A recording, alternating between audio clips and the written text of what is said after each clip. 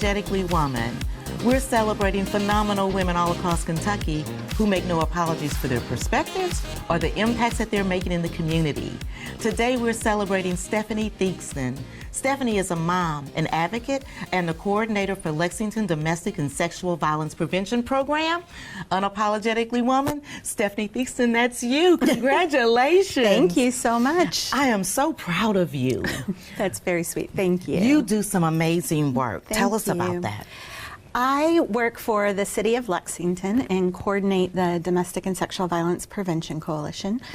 We bring together people that are working on these issues, individuals, representatives from different agencies, bring them together to talk about things that they're seeing when they're serving survivors, maybe parts of the system that aren't working, parts of the system that there are gaps in, and we try to fill those gaps. And so why have you been called to that work? This is all I want to do. I mean, really, social justice is the reason I get out of bed in the morning, and domestic violence really brings it all together. It touches every other issue that I care about: housing, education, fairness, justice.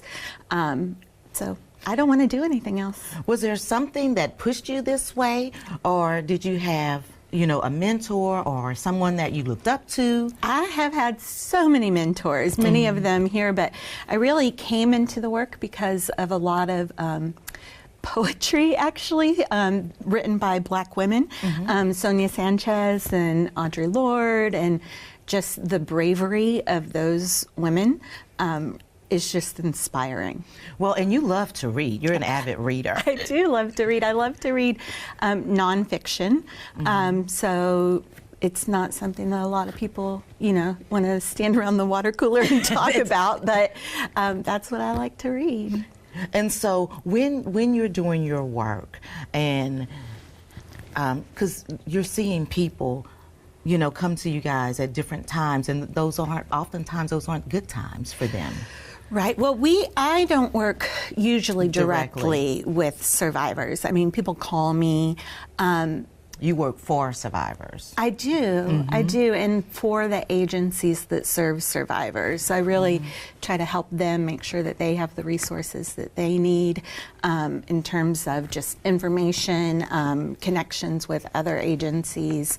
But you're right. They're coming to any of these agencies at a low point in their life and have faced many, many challenges, many of which are not even, anything that they've done to put themselves in that situation. It's just what has happened to them. And so throughout, I guess, the journey and doing all of these things and all of the work that you do, what gives you the most satisfaction? I mean, honestly, just knowing that you have helped someone a little bit further on their journey. We have a program where we provide rental assistance for survivors in Fayette County.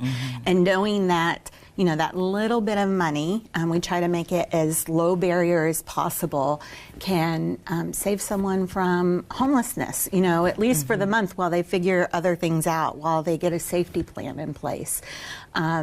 So just those things, I mean, that's really what you have to measure it by, because what we're looking for is a sea change in attitudes and beliefs, and that takes a long time. That takes a long time. So you got to notice the small stuff along the way, too. And so you're specifically interested in looking for gaps in the system. What have been some of the gaps that you found that you guys have been able to fill together? You know what, there are so many, but in terms of ones we've been able to fill, we have a program that provides security equipment for survivors in Lexington so that if they are in the house, hopefully we have some things that can help them remain there more safely. So lock changes, security cameras, that sort of thing. That wasn't really being done before. The rental assistance, there are a lot of people providing rental assistance, but it still doesn't meet the need. And so we developed a fund just for survivors, for if they're in need of just some help, some stability while they're going through this, because they're going through this. We've been able to develop that program. And then one thing we do is fatality review. And so through that, we reviewed this case for a family that had children. And through that, we realized there's no one to really help the children through this. And so recently we have been able to hire someone full-time to coordinate services for children, to really look at how we can best identify and help those kids. You know, a lot of people talk about trauma-informed and trauma-based services, Sure. which is part of it, but we need people that understand power and control. We need people that understand what these kids are facing when they go home. And so just trying to find who those people are and modeling conversations for them that they can have with kids to help support them. Oh, that's really important. But even before you did this work, you were a community organizer in Detroit. I was quite young, so a young white girl going into Detroit, trying to organize a community. That's what I said when I saw it. Right, there were some tough lessons, but you know, one of my mentors there was an 80-year-old woman who really I just feel so blessed to have known her.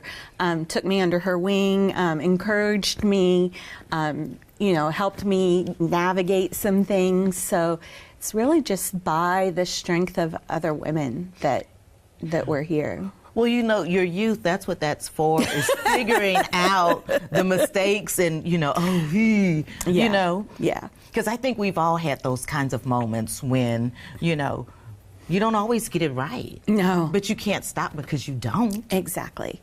And that's really the point. You're going to feel uncomfortable. You're going to mess it up sometimes. But I think as long as people understand your intentions are good and that you are, and it's not just good intentions. I mean, you have to continue to improve. You have to continue to figure out, okay, what did I really do there? What was at the root of that?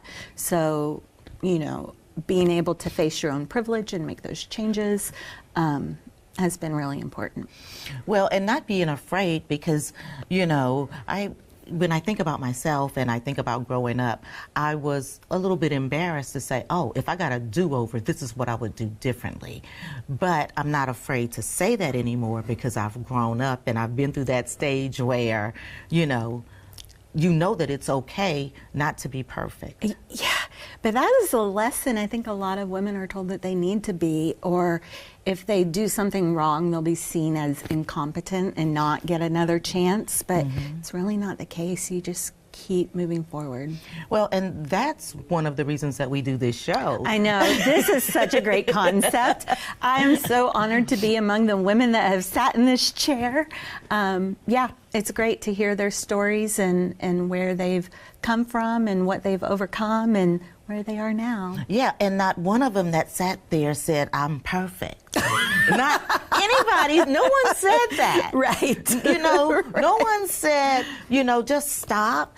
You know, people said, you're going to get it wrong. You're going to make mistakes. You're going to fail.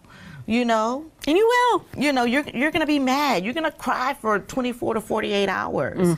You know, but you keep going. You keep going. You know? Because what other choice do you have? You really don't. You really don't. Yeah. So, but I think you're a soccer mom too. I am a soccer mom, and in the midst of all of this, I love it. I am. How old is your son? He's 14, and wow.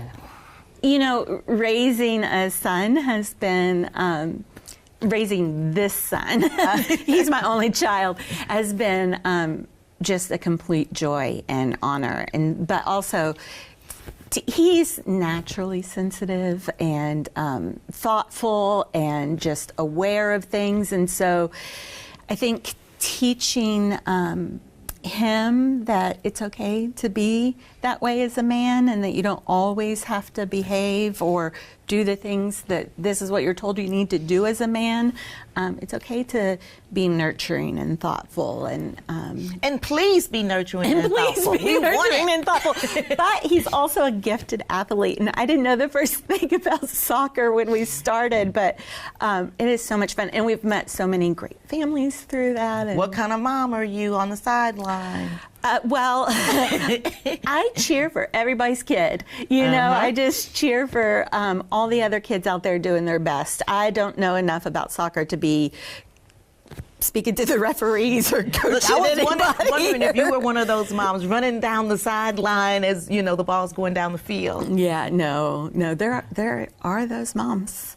Yeah, but no, Yeah, I'm not. there are. Yeah, I'm not one of them. But. You know, and to be able to look at your son and say, you know what, I'm really just proud, you know, of who he is. I try to tell him that every day. Like, even, you know, he finishes homework. I'm so proud of you. You know, that was a lot of homework, and you didn't know it when you started it, and now you've learned something, and that's an accomplishment. Good for you. Well, and I think we need to be able to somehow get to a point where more men are able to not be afraid to show that, you know, natural emotion that they have to. Yeah. So, you know, as part of my job, we recently, for the It's Time campaign that we're doing for Lexington, hosted a podcast. And so that's how I know this is so impressive, because we've done a lot of it. But that focused on men. You know, it was hosted by Divine Karama, who has done a lot of self-reflection and talking about those things, you know, emotions that you feel as a kid that maybe you weren't allowed to express. But I think if we just let our kids and honor our kids be who they are, without trying to make them into what we think they should be, we would see generational change so quickly. Wouldn't fix all of our problems, but you see but some it would measurable fix a change. lot. Yeah, and so a lot of this is working with men, and you know, my heart is to women, and I will work with men on behalf of women. Yes, So, yes. We love men too. Yes. We just love women different. Yes, yes. But yeah, I mean, those men are the great majority of the people causing this problem. They're not the only ones, but statistically, that's it. And so if we don't focus on those behaviors and where those behaviors come from, then we're not really going to fix anything. You seem like an incredible mom. Did you learn this from your mom, or how did that work out? I have great parents. Also, you know, the things that I know that I need in life, I try to give to my son. You know, I don't need to be told what I did wrong in a way that's not helpful. You know, I'm open to criticism if it's constructive. And so knowing that that is good for me, and he and I are a lot alike. So I know that he works best through positive reinforcement and nurturing. And well, one of the things that I had to learn with my own kids is that they didn't necessarily need my support when everything was going good. They really needed my support when things weren't going good. yeah, You yeah, know? that's Yeah. right. That's right. And I have learned I do too much for him. It is hard to take a step back and be like, it's hard to watch your kids make mistakes or, you know, get their heart broken, but that's part of the process. You can't protect them from everything, as much as you want to. But yeah. When you see it happening and you know what's getting ready to happen, and you know it has to happen. Yeah, it has to happen. For because you have to have that learning experience. You have to, and you can't protect them, which I think a lot of moms just want to protect their kids, right? Especially survivors. They just want to protect their kids. That's right. And so, yeah, hopefully we can help other moms parent in the way that they want to parent, love their kids in the way they want to love their kids, and not be punished for it. Absolutely. Yeah. And we also want to help young girls and young women who are watching and looking at you, because they are. Yeah. What kind of advice would you give young girls and young women who said, I might like to be like Stephanie someday? I would, any young girl, any young woman, you are freaking beautiful. You are so beautiful. We are so proud of you for making it this far. I just want people to know that they are fine the way they are. You know, if you are, first of all, you deserve to be loved and respected in your relationships. And if you are not, it is not your fault. You are not doing anything wrong. There's nothing wrong with you. That is about the person harming you. And so I know it's not easy to always separate from those things, but you deserve to be respected. That's what I want everybody to know. Thank you so much. So proud of you, girl. Thank you. Hey, you guys heard it from Stephanie. You deserve to be respected in all things and in all ways. And so just continue to watch as we celebrate other phenomenal women just like Stephanie, who is really, you know, putting their heels down and making changes in the community. We'll talk to you soon.